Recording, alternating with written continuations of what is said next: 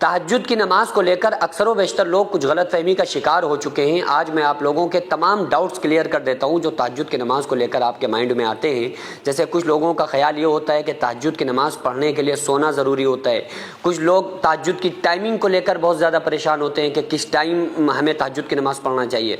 کچھ لوگ اس کے طریقے کو لے کر بہت زیادہ ٹینشن میں ہوتے ہیں کہ ہمیں کون سی صورتیں تہجد کی نماز میں ملانی چاہیے، ہمیں کتنی بار اس میں سورہ اخلاص پڑھنی چاہیے، کتنی بار ہم قل اللہ پڑھیں، کیا 12 مرتبہ پڑھنا ضروری ہے پھر گھٹانا چاہیے، یا ہم کتنی رکعتیں تہجد کی پڑھ سکتے ہیں، اور سب سے امپورٹنٹ ہم تہجد کی نماز کی نیت کیسے کریں، اکٹھا ساری نمازوں کی ہمیں نیت کرنی ہے یا ہم دو دو کر کے یا چار چار کر کے ہم نیت کریں، اور اس کے علاوہ دو دو کر کے یہ ہمیں نماز پڑھنا ہے تہجد کی دو دو رکعت کر کے، یا چار چار رکعت کر کے ہمیں اس نماز کو پڑھنا ہے۔ تو میں یہ سارے ڈاؤٹس انشاءاللہ تعالی آج آپ لوگوں کے کلیئر کر دیتا ہوں، اس کے بعد آپ کو کوئی ویڈیو دیکھنے کی انشاءاللہ ضرورت نہیں پڑے گی۔ دیکھیں تہجد کی جو نماز ہے نا یہ نفلی نماز ہے، یعنی کہ جو دن کی 5 نمازیں ہیں یہ فرض نمازیں ہیں۔ ان 5 نمازوں کے علاوہ جتنی بھی ہم نمازیں پڑھتے ہیں، چاہے وہ اشراق ہو، اوابین ہو، چاشت ہو، تحیۃ الوضو ہو، تحیۃ المسجد ہو، ٹھیک ہے، ایک وتر چھوڑ کے اور عیدین کی نماز چھوڑ کے باقی ساری نمازیں جو ہیں وہ نفل ہیں۔ عیدین کی نماز بھی واجب ہے، وتر بھی واجب ہے، باقی اس کے علاوہ جتنی فرض نمازوں کے علاوہ جو بھی نمازیں ہیں وہ نفل ہیں۔ تو تہجد کی نماز ہے تو نفل، لیکن یہ بہت زیادہ فضیلت والی نماز ہے۔ یہ نماز بندے کو اللہ سے قریب کر دیتی ہے۔ تو عام طور سے لوگ یہ چاہتے ہیں کہ بھئی ہم تہجد کی نماز پڑھیں، تو کچھ لوگ اٹھ نہیں پاتے ہیں، کچھ لوگ اٹھتے ہیں تو بہت زیادہ ڈاؤٹ میں رہتے ہیں۔ ان کے ڈاؤٹ میں آج آپ لوگوں کے سامنے کلیئر کر دیتا ہوں۔ دیکھیے تہجد کی نماز کی جو رکعتیں ہیں وہ زیادہ سے زیادہ 12 ہیں اور کم سے کم 2 ہیں، یعنی کہ آپ 2 رکعت سے لے کر 12 رکعت تک جتنی بھی چاہیں آپ رکعتیں پڑھ سکتے ہیں۔ آپ چاہیں 2 پڑھ سکتے ہیں، چاہے 4 پڑھ سکتے ہیں، چاہے 6 پڑھ لیں، چاہے 8 پڑھ لیں، 10 پڑھ لیں یا 12 پڑھ لیں۔ زیادہ ٹائم آپ کے پاس ہو تو آپ 12 رکعتیں پڑھیں۔ کم ٹائم ہے، نیند آ رہی ہے، آپ صرف تہجد کے لیے اٹھے ہیں یا پیشاب لگ رہا تھا آپ کو اٹھنا پڑا، اب آپ سوچ رہے ہیں لو تہجد پڑھ لیں لیکن نیند بھی آ رہی ہے، تو آپ نہ پڑھنے سے بہتر ہے کہ 2 ہی رکعت پڑھ لیں۔ اب دوسرا مسئلہ یہ کہ ہمیں اس کی نیت کیسے کرنا ہے۔ نیت جو ہے وہ دل کے ارادے کا نام ہے۔ آپ نے دل میں ارادہ کیا کہ ہم تہجد پڑھنے جا رہے ہیں تو بس یہ ارادہ ہی آپ کی نیت ہو گئی۔ لیکن اگر آپ کو یقین نہیں ہو پا رہا ہے یا آپ زبان سے کہنا ہی چاہتے ہیں تو آپ یہ کہہ سکتے ہیں کہ نیت کرتا ہوں میں، عورتیں کہیں گی نیت کرتی ہوں میں، 2 رکعت نماز تہجد میں میرا کعبہ شریف کی طرف واسطے اللہ تعالیٰ کہ اللہ اکبر، یہ کہہ کے نیت باندھ لیں۔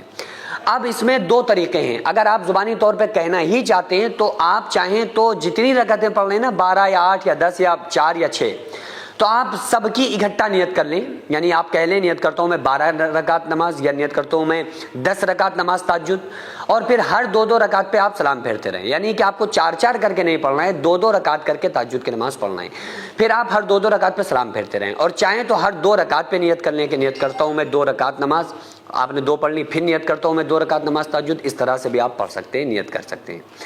اب رہا مسئلہ سورہ اخلاص کا، تو بعض لوگ یہ سمجھتے ہیں کہ ہمیں 12 رکعتیں پڑھنا ہے، اور ان 12 رکعتوں میں پہلی رکعت میں 12 بار سورہ اخلاص پڑھنا ہے، دوسری میں 11 بار پڑھنا ہے، پھر تیسری رکعت میں ہمیں 10 بار پڑھنی ہے، 9 بار پڑھنی ہے، اس طرح سے ہمیں گھٹانا ہے۔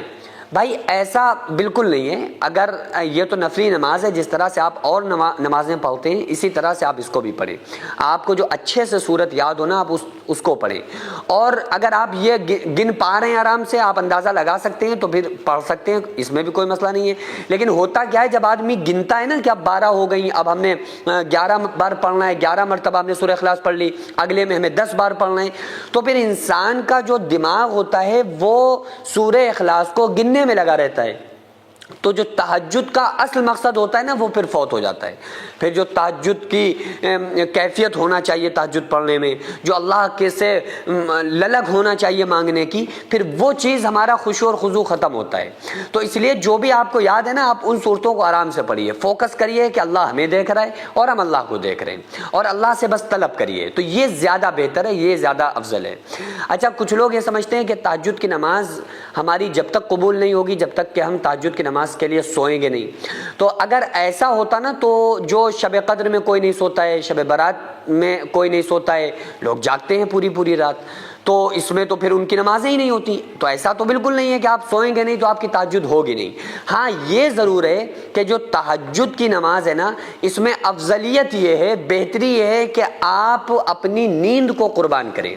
یعنی ایک بندہ سو رہا تھا، سوتے سوتے اب تہجد کا ٹائم ہوا، اب اس نے اپنی نیند کو چھوڑا، قربان کیا، اب سوتے سے وہ اٹھ رہا ہے، اب نماز کو پڑھ رہا ہے، اس کی فضیلت زیادہ ہے. اور کوئی بندہ جاگ رہا ہے، اب ایسا تھوڑی ہے کہ وہ اس کے لیے سونا ضروری ہوگا، افضلیت اس میں ہے کہ نیند کو قربان کرے. اب تہجد کی ٹائمنگ جانتے ہیں آپ کیا ہے؟ تہجد کا ٹائم عشاء کی نماز سے فارغ ہونے کے بعد سے شروع ہو جاتا ہے. آپ نے عشاء پڑھ لی، تہجد کا ٹائم شروع ہو گیا. اب یہ ٹائم آپ کا رہتا ہے جب تک کہ فجر کا ٹائم نہ شروع ہو جائے، اس وقت تک تہجد کا ٹائم رہتا ہے. لیکن آپ کو اگر یہ ہے کہ ہم صبح نہیں اٹھ پائیں گے تو آپ عشاء کی نماز پڑھنے کے بعد بھی 2 4 6 رکعت جتنی آپ چاہیں تہجد کی نماز پڑھ سکتے ہیں. لیکن افضل یہ ہے کہ آپ سو جائیں، پھر اسپیشل آخری پہر میں، رات کے آخری پہر میں آپ تہجد کے لیے اٹھیں. تو وہ نیند کا قربان کرنا اللہ تعالیٰ کو اچھا لگتا ہے. اللہ تعالیٰ فرماتا ہے کہ اس نے، اے فرشتوں دیکھو، اس نے نیند کو قربان کیا، اس نے اپنے بستر کو چھوڑا، اس نے وضو کیا، اب میرے سامنے آ کے کھڑا ہو گیا. اے فرشتوں گواہ ہو جاؤ، یہ میرا جو بندہ جو کچھ مجھ سے طلب کرتا ہے، جو کچھ مجھ سے مانگتا ہے، میں نے اسے عطا کر دیا. سینکڑوں ایسے غریب پریوار جو فاقہ کر کے زندگی گزار رہے ہیں، اور بہت سے ایسے مجبور لوگ جو غربت کی وجہ سے بیماریوں سے جوجھ رہے ہیں اور ان کے پاس علاج کرانے کے لیے بھی پیسے نہیں ہیں. تو ان غریب فیملیز کو ہر مہینے ہماری سوسائٹی راشن دیتی ہے اور ان غریبوں کا فری میں علاج کراتی ہے. تو آپ لوگ ہمارے ساتھ مل کر ان بیوہ عورتوں اور یتیم بچوں کا سہارا ضرور بنیں اور ان کے راشن اور دوا علاج کے لیے زیادہ سے زیادہ تعاون کریں. اور یہ ارادہ کریں کہ غریب کے بچوں کو انشاءاللہ بھوکا نہیں سونے دیں گے. اور ہر ہفتے، ہر مہینے آپ لوگوں سے جو بھی ہو سکے آپ تعاون ضرور کریں. ان کو 10 سال سے جو لوگ بستر پر پڑے ہوئے ہیں، انشاءاللہ تعالی ہم سب مل کر ان غریبوں کا علاج بھی کرائیں گے اور ہر مہینے انشاءاللہ تعالی ان غریبوں کو ہم راشن پہنچائیں گے. یہ سوسائٹی کا اکاؤنٹ نمبر ہے اور یہ اسکینر ہے. آپ لوگ اس اکاؤنٹ پر یا اس اسکینر کے ذریعے آپ غریب فیملیز کی ہیلپ کر سکتے ہیں.